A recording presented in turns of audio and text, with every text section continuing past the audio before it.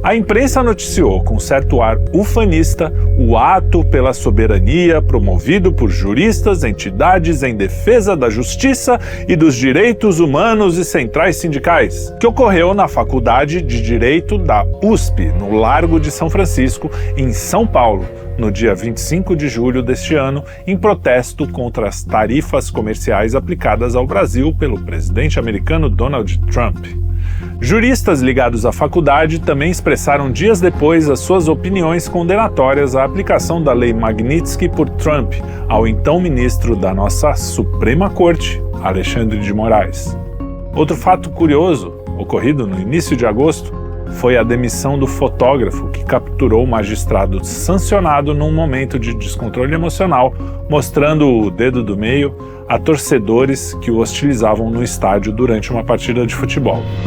O jornal O Estado de São Paulo, que nasceu como máquina de propaganda a serviço de interesses ocultos vindos das arcadas. Arcadas é o apelido pelo qual a Faculdade de Direito é chamada, numa referência aos arcos arquitetônicos do seu pátio principal. Quem visitá-la encontrará num outro dos seus pátios internos, mais sombrio, um obelisco. O que pouca gente sabe é que aquele monumento guarda o túmulo de Johann Julius Gottfried Ludwig Frank, um intelectual alemão nascido em 1808, que migrou para o Brasil em 1828 e aos 26 anos, em 1834, foi nomeado professor de História, Filosofia e Geografia de um curso anexo da USP, uma escola preparatória para a faculdade. Mas o que há de especial nessa história e o que ela tem a ver com o tal ato pela soberania, com os chiliques de professores e advogados, ou ainda, quem sabe, até mesmo com a demissão do inadvertido fotógrafo? Bom, acontece que Júlio Frank, como ficou conhecido no Brasil, fundou aqui mesmo, em solo tupiniquim, uma sociedade secreta cujos membros conspiraram para o golpe da República em 1889 e passaram desde então a dar as cartas na política nacional até pelo menos a era Vargas, quando foi obrigado a sair de cena. O evento político ocorrido no dia 25 talvez esteja muito distante daquela sociedade secreta, mas pode representar um esforço das arcadas em retomar o protagonismo de outrora. Não importa. O fato é que não dá para entender o Brasil de hoje sem vasculhar os escombros da Burschenschaft paulista, ou simplesmente bucha.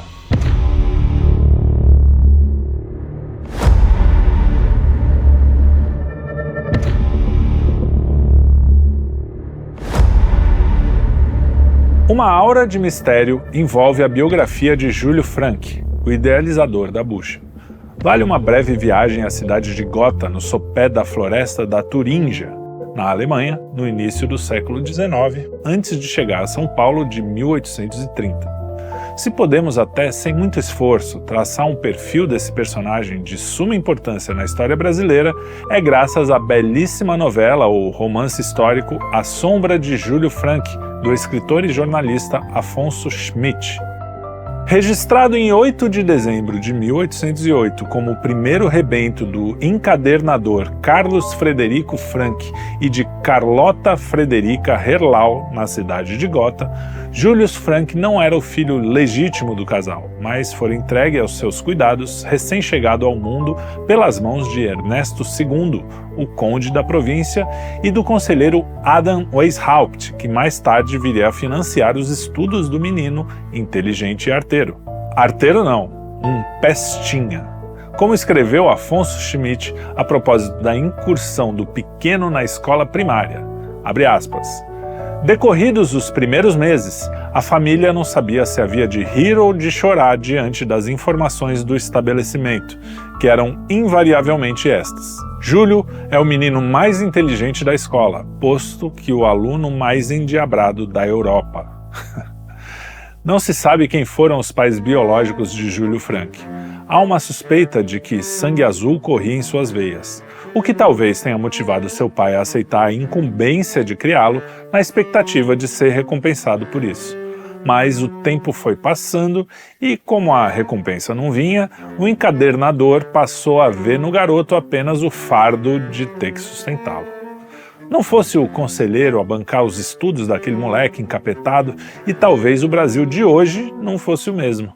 No ginásio, apesar de taciturno, espinhento, amigo de grossas farsas, barriguento e volúvel nas amizades, Júlio era admirado por sua inteligência e ia tomando cada vez mais gosto pelos estudos, que continuaram a ser financiados por Weishaupt. Fora essa ajuda, outra foi providencial ao rapaz e o inspirou na criação da Bucha, anos mais tarde, no Largo São Francisco. Ele vinha de uma Burschenschaft, fraternidade de ex-estudantes do colégio alemão, que dava assistência aos alunos que apresentassem bom desempenho. Aliás, Burschenschaft significa fraternidade. Além de todo esse suporte financeiro, do conselheiro e da fraternidade, Júlio Frank ainda conseguia a quantia significativa ministrando aulas a outros alunos, mas não era lá muito apegado ao dinheiro e acabava sempre sem um tostão.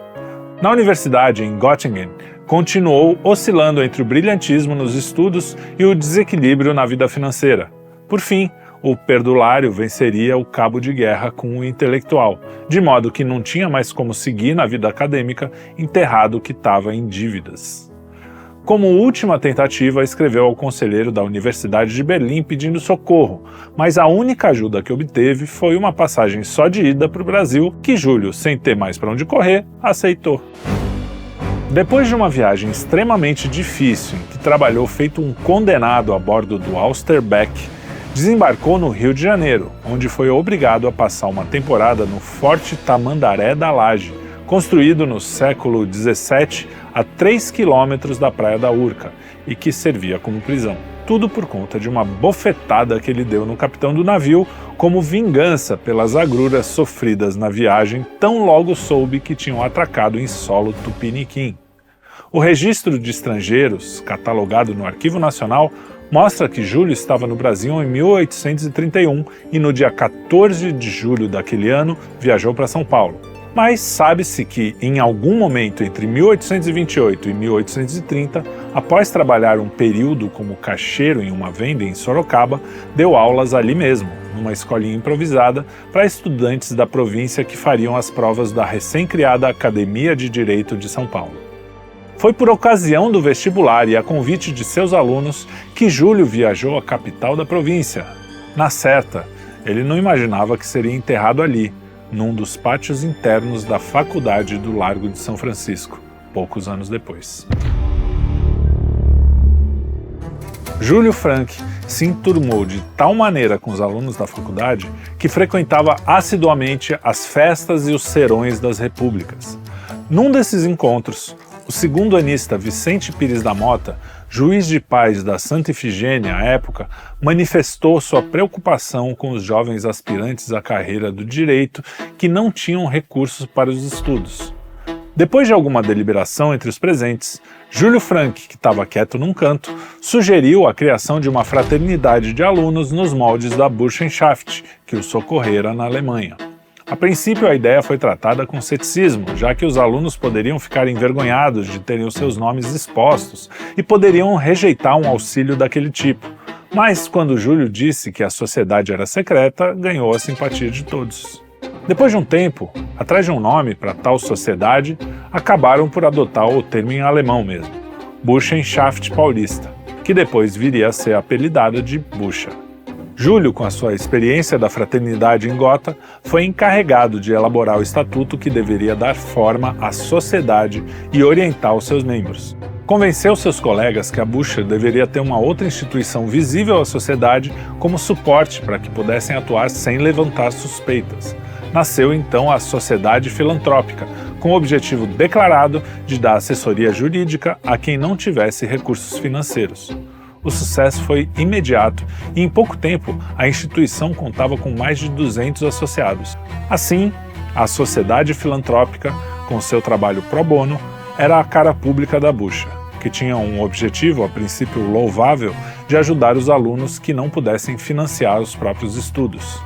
Acontece que, como diz o ditado, de boas intenções o inferno está cheio. Antevendo talvez as consequências nefastas do sucesso para as almas caídas dos homens, Vicente Pires da Mota mostrou-se assustado. como nos conta Afonso Schmidt. Abre aspas. Numa das reuniões a que compareceu, pôs-se a andar de um lado para o outro, esmagado pelas possíveis consequências. Em certo ponto estacou e, olhando para Júlio Frank, arguiu. E depois? E depois? O alemão respondeu: os que estiverem na academia continuarão a obra de assistência. Os que terminarem o curso terão nela uma sociedade de ex-alunos tão útil e se auxiliarão mutuamente através do tempo. E ainda mais tarde, se quiser, poderá governar o país. Júlio Frank não veria as consequências da sua criação na política brasileira. Morreu de pneumonia pouco tempo depois da fundação da Bucha e os seus restos mortais continuam sob aquele obelisco, cercado pelas sinistras corujas maçônicas, a guardar a sua alcova mortuária e a observar o dia a dia da faculdade. Em 1880, um incêndio ocorrido no prédio histórico do Largo de São Francisco, antigo convento que abrigava a Faculdade de Direito, consumiu boa parte dos arquivos da Bucha, incluindo os estatutos escritos por Júlio Frank em 1831. Mas sabemos como ela funcionava com bastante precisão graças ao Pacto Fundamental da Burschenschaft paulistana, datado de 6 de julho de 1922, quando novos estatutos da Bucha foram redigidos conforme a tradição oral e a prática dos bucheiros. Como veremos mais tarde, a essa altura a sociedade secreta já tinha tomado o país de assalto. A Bucha era extremamente organizada e tinha uma hierarquia rígida. Dentro da faculdade, os estudantes membros eram divididos em catecúmenos, crentes e apóstolos. No núcleo estudantil, o líder máximo era conhecido por chaveiro. Fora da faculdade, entre ex-alunos, havia o Sublime Apostolado, com o seu porta-voz, o Primus Caput. O Sublime Apostolado também foi chamado de Conselho dos Invisíveis, Chefes Supremos ou Conselho dos Divinos.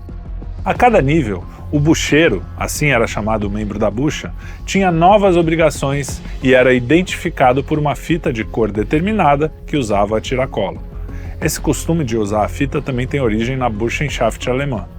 Júlio Frank transplantou o costume para a Fraternidade de São Paulo porque era um sinal interno de hierarquia. Num salão pouco iluminado, por exemplo, era só olhar a cor da fita para saber quem era o catecúmeno, crente ou apóstolo. O ato de usar essa fita de identificação provava adesão pública aos ideais de fé, esperança e caridade, os 3 pilares da sociedade secreta. Para ser admitido como catecúmeno, o estudante tinha que pagar uma joia de 10.000 réis, mais ou menos o equivalente a R$ 2.500 de hoje. Tinha também que comprar a fita escarlate, a cor que identificava os catecúmenos, por 5.000 réis, além de contribuir com uma mensalidade no valor de 3.000 réis e fazer um juramento em que se comprometia a manter sigilo absoluto sobre tudo o que lhe fosse confiado. Os catecúmenos eram a base de trabalho estudantil da Bucha.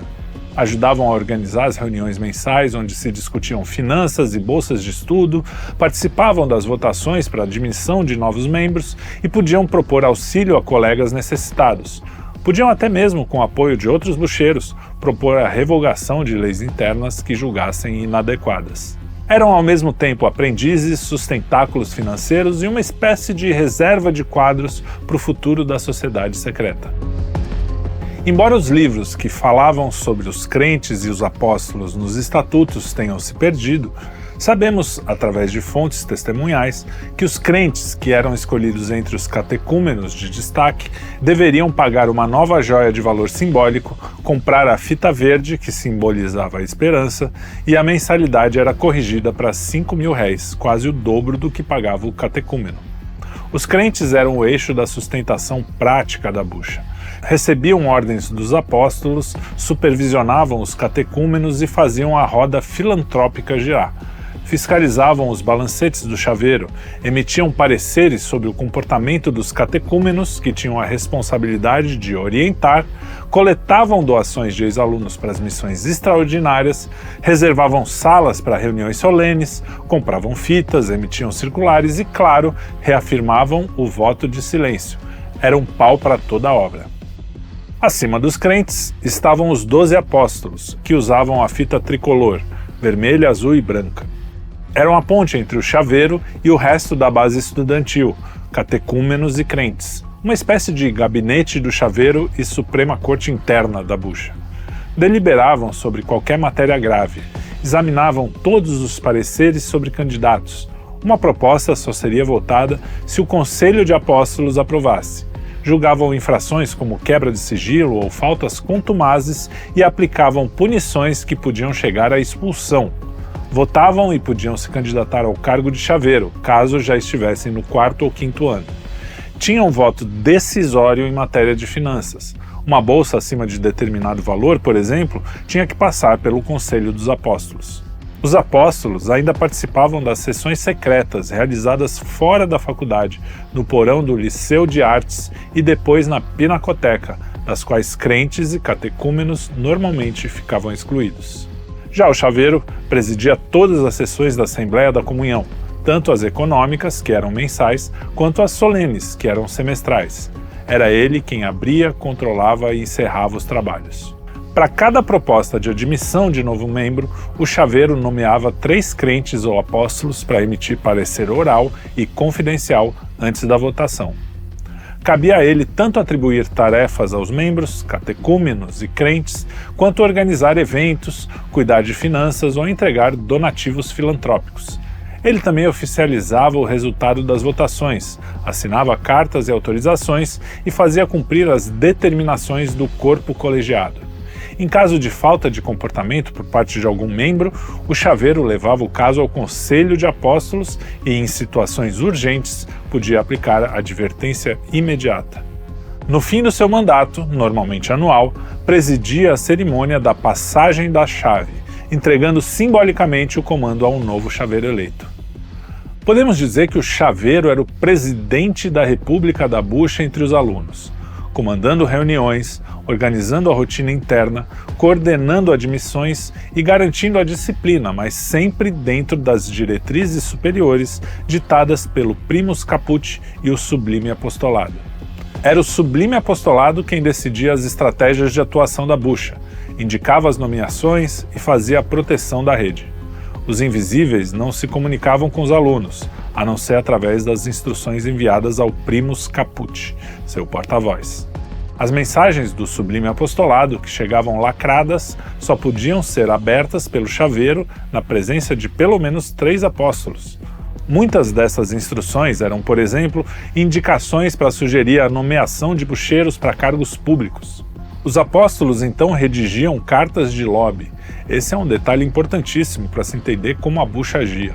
Uma dessas cartas de lobby ficou conhecida como a Petição FEC, abreviação de Fé, Esperança e Caridade, lema da bucha, endereçada ao presidente Afonso Pena, sugerindo o nome de Pedro Lessa ao STF, o que foi prontamente acatado. Os apóstolos, juntamente com o chaveiro e o Primus Caput, formavam esse elo entre visíveis e invisíveis que permitia à bucha estender os seus tentáculos para além da faculdade. A cada cargo de prestígio ocupado por um bucheiro em grandes empresas ou na administração pública, novas indicações se seguiam. Dessa forma, a sociedade secreta, idealizada por Júlio Frank, foi tomando conta do país inteiro, numa espécie de sequestro da administração pública através do aparelhamento das instituições.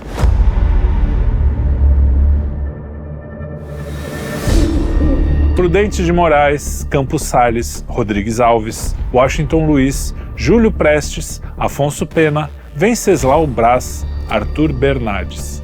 Todos esses nomes têm pelo menos 2 coisas em comum. Foram eleitos presidentes do Brasil e eram bucheiros. Entre 1889 e 1930, todos os presidentes da República do Brasil, com exceção de Epitácio Pessoa, foram bucheiros. Por aí já dá para se ter uma ideia do poder de influência da bucha. Mas não podia ser diferente. Foram os próprios bucheiros, talvez os grandes orquestradores do golpe da República em 1889. Vamos voltar um pouco no tempo para entender como tudo começou. Através da Lei Imperial de 11 de agosto de 1827, Dom Pedro I criou os 2 cursos jurídicos e sociais no Brasil.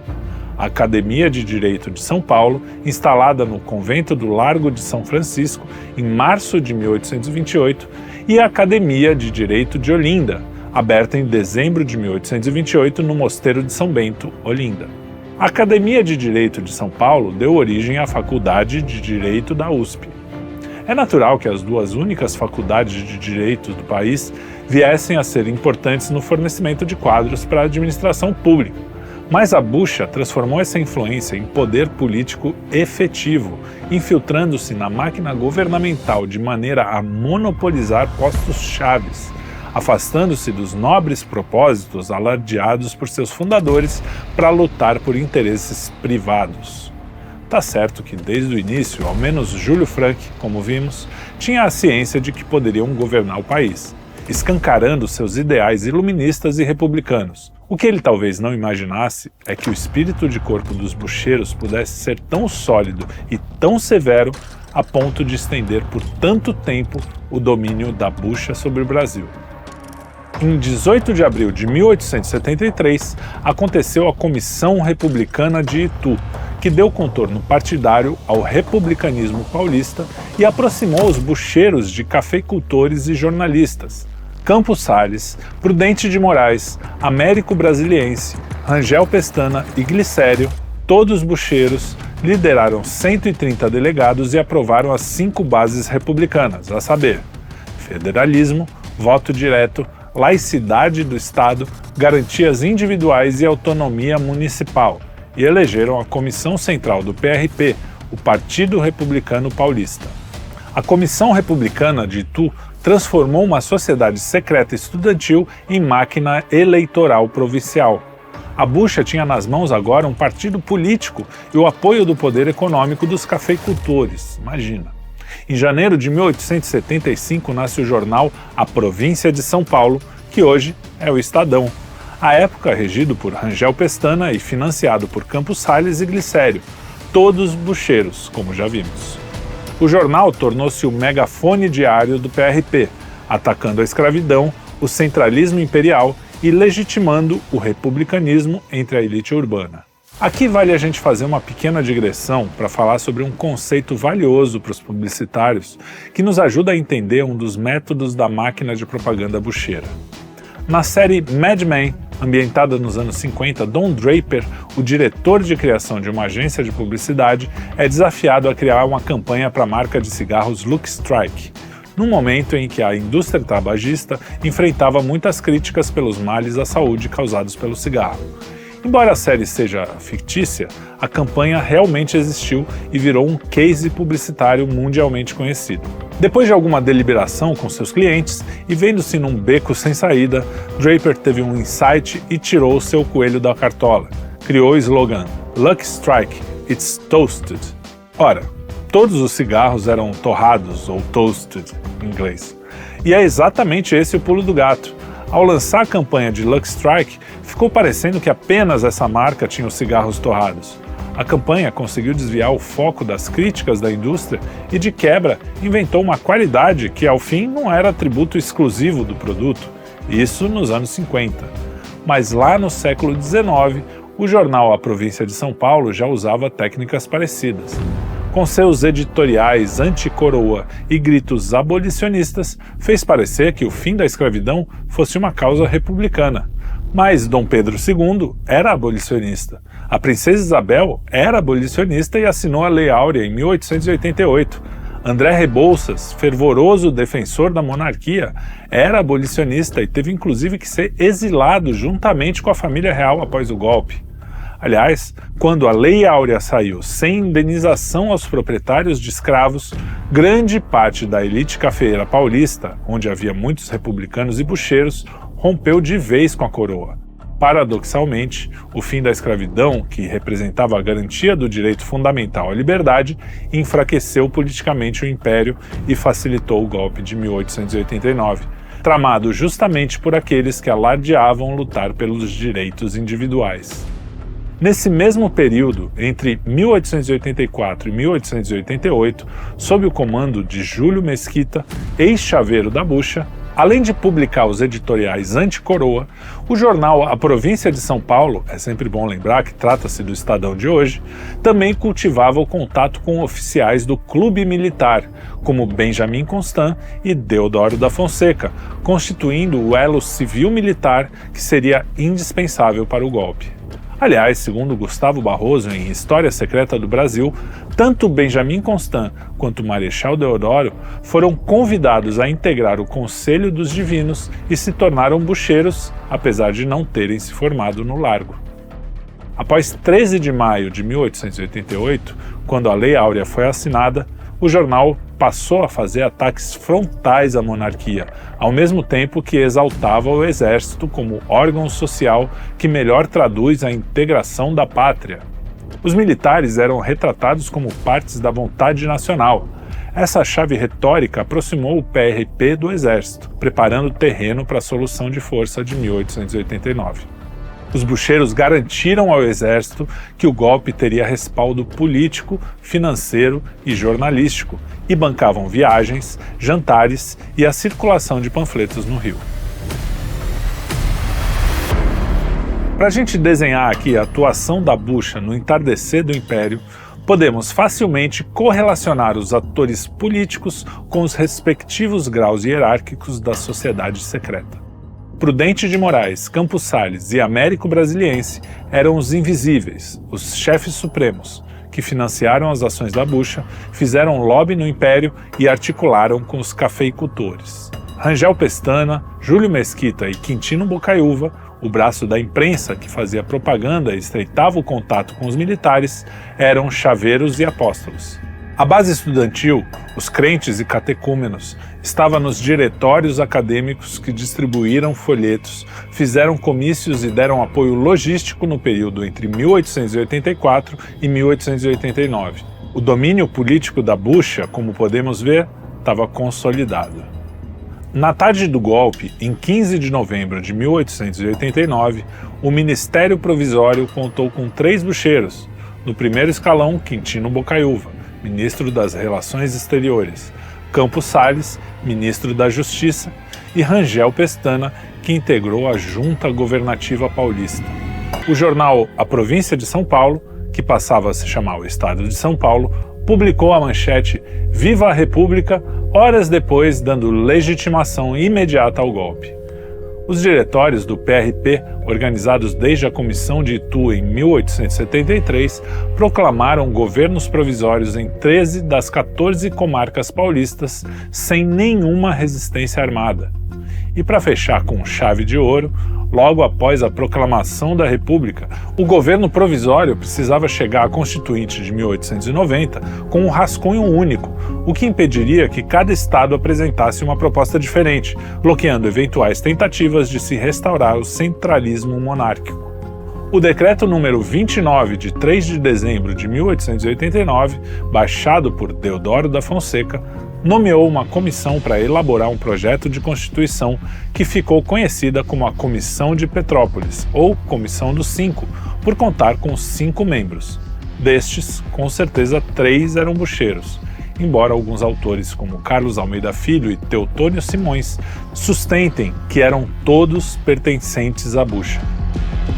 O presidente da comissão foi o jornalista Joaquim Saldanha Marinho, o vice-presidente, o bacharel Américo Brasiliense de Almeida Melo, e os vogais, demais membros da comissão, foram Antônio Luiz dos Santos Werneck, magistrado formado nas Arcadas, Francisco Rangel Pestana, fundador do Estadão, e José Antônio Pedreira de Magalhães Castro, desembargador. Com os bucheiros na Comissão de Petrópolis, as 5 bases aprovadas na Convenção de Itu, federalismo, sufrágio direto, laicidade do Estado, garantias individuais e autonomia municipal, foram contempladas quase literalmente nos artigos 42, 48 a 57, 64 a 69 e 72 do anteprojeto que a comissão entregou. E quase 90% desses dispositivos chegaram intactos ao texto promulgado em 24 de fevereiro de 1891. A Comissão dos 5 funcionou como trincheira de lançamento de bucheiros no governo provisório e na máquina republicana. A bucha ganhou um selo de respeitabilidade e estava agora consolidada não apenas como entidade, mas como a mais influente e poderosa instituição do país, com poderes para determinar os rumos do governo republicano que agora se instaurava. Com 2 bucheiros sentados à mesa de Marechal Deodoro, a sociedade secreta ganhou controle sobre nomeações nas chancelarias, no judiciário e nas polícias dos estados. O decreto número 1120, de 5 de dezembro de 1890, expedido por Quintino Bocaiúva, redistribuiu as 4 seções do Ministério das Relações Exteriores e abriu 20 cargos diplomáticos, possibilitando que os quadros formados nas arcadas ocupassem postos de legações e consulados, expandindo a rede bucheira ao serviço exterior. Prudente de Moraes e Campos Salles assumiram a presidência da República em sequência, selando a hegemonia paulista bucheira logo na primeira década republicana. Especialmente no governo de Campos Salles, a política dos governadores garantiu aos aliados bucheiros a indicação de interventores e senadores em vários estados. A bucha ia dominando o Brasil. O decreto número 848, de 11 de outubro de 1890, redigido e referendado por Campos Salles como ministro da Justiça, organizou a Justiça Federal, criou o cargo de Procurador-Geral e instituiu o habeas corpus como garantia. O efeito disso é que a máquina judiciária federal passou a ser montada por um bucheiro, que acomodou ex-alunos nas novas carreiras e deu proteção jurídica, através do habeas corpus, às reuniões sigilosas da bucha. O jornal O Estado de São Paulo cumpriu à risca sua missão como máquina de propaganda, defendendo os bucheiros que eram indicados a ministérios, tribunais e bancos oficiais. Até 1930, 55 ministros do STF tinham passado pelas arcadas, e muito provavelmente pelos graus da bucha.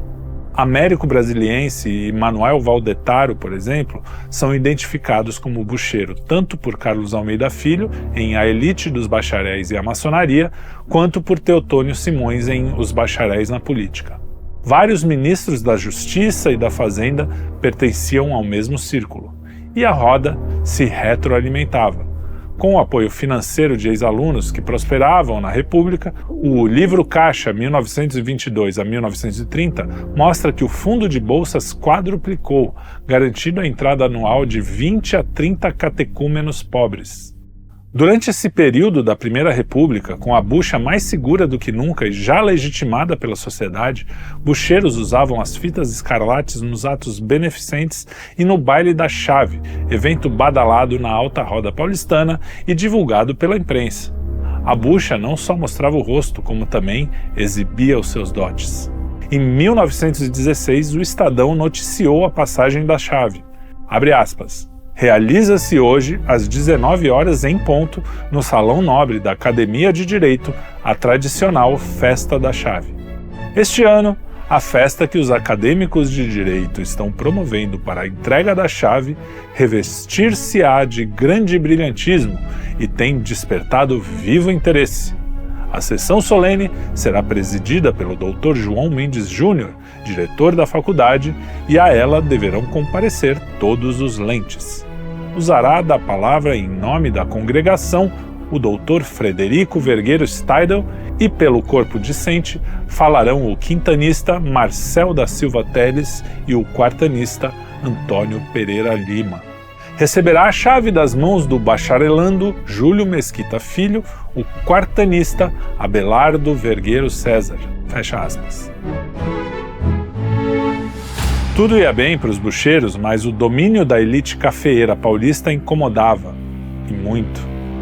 Os governos paulistas da Primeira República, liderados por quadros das arcadas e aliados das oligarquias do café, transformaram a Lei de Terras, que era uma lei ainda da época do Império, em um programa estadual de discriminação, legitimação e colonização que regularizou e muitas vezes validou grandes posses, alienou terras devolutas, ou seja, transferiu a posse de terras sem dono para aliados, e atraiu imigrantes para as fazendas, sedimentando a geografia fundiária do Estado de maneira arbitrária, de acordo com interesses privados. os bucheiros se infiltraram na administração pública para controlar os recursos do Brasil. Se Júlio Franck era desapegado e nutria até certo asco pelo vil metal, como revelam alguns relatos da sua época de caixeiro em Sorocaba, que dão conta de que o alemão só encostava os dedos nas moedas por imposição de ofício, seus colegas e os bucheiros que vieram depois dele pareciam ter idolatria por dinheiro e poder, posto que a maioria das suas ações tinham por objetivo concentrar a riqueza do país nas mãos das oligarquias aliadas. E tudo dentro da lei. O voto no Brasil daquela época era aberto. Não havia cabine nem sigilo. O eleitor entregava à mesa uma cédula preparada pelo partido ou até escrevia ali mesmo, sob o olhar dos fiscais, cabos eleitorais e do coronel local. E daí que vem a expressão voto de cabresto. Mesmo após a votação, comissões de verificação de poderes em câmaras e assembleias podiam invalidar diplomas de opositores e sentar os aliados. Em fevereiro de 1916, surgiu a Liga Nacionalista de São Paulo, formada por professores e alunos especialmente das arcadas, com o objetivo de moralizar a política. Lutariam por voto secreto e obrigatório, serviço militar obrigatório, difusão da instrução primária e profissional e educação cívica patriótica. A Liga, embora tenha sido financiada e apoiada por bucheiros, acabou se transformando numa opção de atuação política em relação à bucha, e confrontava as práticas do coronelismo, como o voto aberto, o que acabou provocando atrito com o PRP, partido que sustentava boa parcela da rede bucheira. Entre 1916, o ano da sua fundação, e 1924, a Liga criou escolas noturnas para trabalhadores com professores voluntários, promoveu conferências e campanhas de civismo através de filmes, de imprensa e de folhetos, organizou alistamento eleitoral e pressionou por uma lei de voto secreto através de comissões, manifestos e lobby no Congresso. Publicou o manual O que o Cidadão Deve Saber, escrito por Sampaio Dória, que contava com um decálogo cívico, e posicionou-se a favor do serviço militar como escola de civismo. Foram essas mesmas pautas que influenciaram o movimento tenentista, que culminou na Revolução de 1924 em São Paulo, quando o presidente Arthur Bernardes precisou agir e acabou fechando oficialmente a Liga, acusada de contribuir com os revoltosos. A cobra mordeu o próprio rabo. Após 1924, os órfãos da Liga se filiaram ao Partido Democrático, que fazia oposição ao PRP. Era um caminho sem volta. A época de ouro da bucha estava com os dias contados. Ventos do Sul haveriam de impulsionar o movimento e derrubar a fortaleza construída pelos bucheiros. Quanto mais bucheiros eram escolhidos para ministérios, tribunais, editorias e diretorias estaduais, mais fechada parecia a porta para quem não estava na rede. Paradoxalmente, quanto mais forte, mais fraca se tornava a bucha. O Estadão amplificava as nomeações, campanhas e pautas do grupo, e isso sinalizava hierarquia e coesão. Mas, para quem não estava no esquema, a sensação era de um imenso cartório que chancelava apenas os aliados. Bolsas, estágios, cargos jurídicos e diplomáticos iam circulando entre ex-alunos das arcadas e isso, aos olhos dos excluídos, era a captura do Estado. Os inimigos da bucha começavam a ganhar corpo. Em especial, os tenentes e agrupamentos políticos urbanos passaram a ver o sistema como intrinsecamente fechado e engrossaram o coro das pautas anti-oligárquicas, como a do voto secreto, por exemplo. Desde a política dos governadores, implementada por Campos Salles em 1898, as oligarquias estaduais com seus quadros bucheiros se revezavam na presidência. São Paulo e Minas tiveram protagonismo, assumindo a cadeira do executivo mais vezes. Esse período, que se estendeu até 1929, acabou recebendo o rótulo historiográfico de República do Café com Leite, numa referência aos cafeicultores paulistas e aos fazendeiros de gado e leite mineiros. Quando Washington Luiz indicou outro bucheiro paulista, Júlio Prestes, para sucedê-lo, no momento em que, em meio à crise do café, era esperada a indicação do bucheiro mineiro Antônio Carlos, o caldo entornou. São Paulo havia extrapolado seu protagonismo político e a guerra entre oligarquias se sobrepôs aos interesses da bucha. Minas, então, se juntou ao Rio Grande do Sul e à Paraíba no coro dos descontentes. Estava formada a Aliança Liberal, que viria a tomar o poder e alçar Getúlio Vargas ao comando da nação. É evidente que essa história tem muitos vetores e os fatos que narramos aqui não explicam por si só todo esse movimento político até a consolidação da Aliança Liberal. Há muito que estudar para quem quer entender só uma nesga do que aconteceu. Mas é fato que a Burschenschaft paulista sofreu um enorme estrago provocado por Getúlio Vargas, já como presidente, que combatia as oligarquias paulistas. Washington Luiz, bacharel pela Faculdade de Direito de São Paulo, foi deposto em 24 de outubro de 1930 e enviado ao exílio. Júlio Prestes, também bacharel pela Faculdade de Direito de São Paulo, eleito presidente em 1930, foi impedido de tomar posse e também exilado. Heitor Teixeira Penteado, mais um bacharel pela Faculdade de Direito de São Paulo, foi depurado do governo paulista ao cair o PRP e substituído pelo interventor João Alberto. Por decreto de Vargas, foram dissolvidos o Congresso Nacional, as Assembleias Estaduais e as Câmaras Municipais, ou seja, todos os mandatos caíram, incluindo dezenas de políticos formados no Largo de São Francisco, como Altino Arantes e Francisco Morato, ambos deputados federais e bacharéis pela Faculdade de Direito de São Paulo, entre muitos outros políticos ligados ao PRP e às arcadas. Foi uma verdadeira devassa. Militantes, tenentistas e estudantes do Partido Democrático tentaram até mesmo profanar o túmulo de Júlio Frank. Mas, apesar de tudo, a influência dos bucheiros remanescentes ainda era enorme. Segundo Carlos Lacerda, houve uma invasão da Faculdade de Direito no final dos anos 30 e a consequente apreensão de papéis da bucha pela Polícia Política do Estado Novo recém-instaurado, com Adhemar de Barros, interventor de São Paulo à época, levando uma lista de bucheiros a Getúlio. O presidente teria comentado na ocasião, após tomar o conhecimento do rol secreto: "Não se pode governar o Brasil sem essa gente." Como diz o ditado, "se non è vero, è ben trovato." A bucha foi mesmo desmantelada, mas ainda tinha poder de influência, já que muitos dos seus membros gozavam de grande prestígio.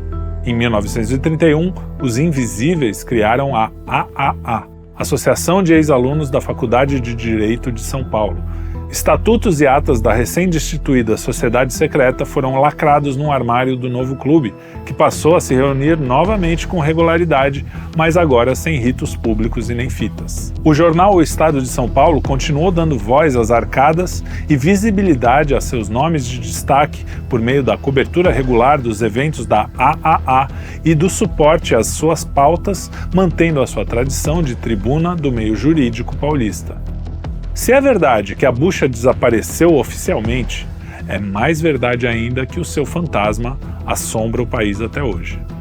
O espírito de corpo que domina as instituições brasileiras, os clubinhos de bilionários que insistem em manter os seus nichos de mercado intocáveis, o liberalismo que serve a velhas e novas oligarquias em detrimento do desenvolvimento do país, o controle da narrativa através da mídia, em nome de um projeto de poder privado.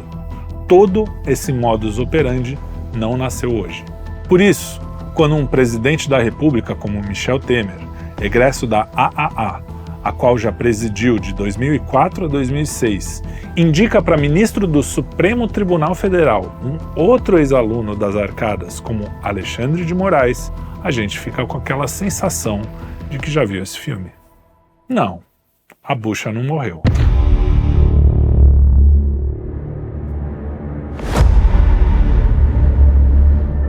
Para encerrar esse vídeo a fórceps, já que o assunto é inesgotável, vale deixar registrado que nem todo bucheiro tinha o desejo de sequestrar o Brasil.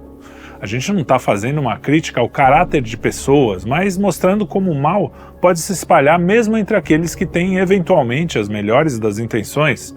Júlio Frank pode ter sido influenciado pelas ideias iluministas do conselheiro Weishaupt, que era maçom e defensor de uma forma de iluminação racional que dizia transcender a fé e a religião, acessível a todos os indivíduos e que poderia levar à perfeição humana.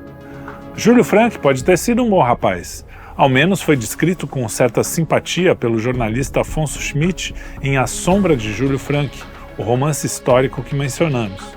O que não dissemos sobre o livro é que foi publicado pela AAA, e o próprio Afonso Schmidt trabalhou durante muito tempo no Estadão. Júlio Frank pode ter sido vítima das ideias do seu tempo, mas não somos todos nós vítimas de nossas próprias ideias, das nossas próprias vaidades? Olhando em retrospectiva, podemos e devemos observar os erros cometidos e tentar não repetir. É o mínimo que deve ser feito, né? E todos os erros da bucha talvez sejam consequência natural da distorção fundamental da realidade que já estava presente no seu tripé conceitual. Ao tentar transcender a fé, a religião nos moldes iluministas, tudo o que Júlio Frank conseguiu foi limitar o transcendente. Ao redefinir e reduzir o significado das 3 virtudes teologais, fé, esperança e caridade, Júlio Frank e seus amigos liberais criaram uma paródia do cristianismo, como é comum nas sociedades secretas à la maçonaria, tão condenadas pela Igreja. As corujas maçônicas que guardam o túmulo do Alemão de Gotha são um mau agouro que deveria nos servir de lição. A fé dos bucheiros não significava a fé em Cristo, mas a fé na missão do grupo e no projeto cívico, direito, república, regeneração da vida pública e lealdade interna entre irmãos. A esperança não era a esperança na acepção bíblica, mas a pobre confiança no progresso por meio da instrução e da reforma política. E a caridade, muito longe do amor ágape com o qual Cristo amou a humanidade e que deveríamos imitar, foi reduzida ao auxílio material a estudantes pobres promissores, bolsas de estudo e outras ações filantrópicas. A negação da cruz é o erro fundamental do homem, onde quer que ele haja. Simbolicamente, como bem observou Chesterton, a cruz parte de uma contradição no seu centro, mas aponta seus braços para o infinito. O círculo, símbolo de uma miríade de religiões orientais, bem como uma representação perfeita das panelinhas das sociedades secretas, é o infinito em si mesmo, mas nunca sai do lugar. Nunca sai do lugar. Parece um país que você conhece, né?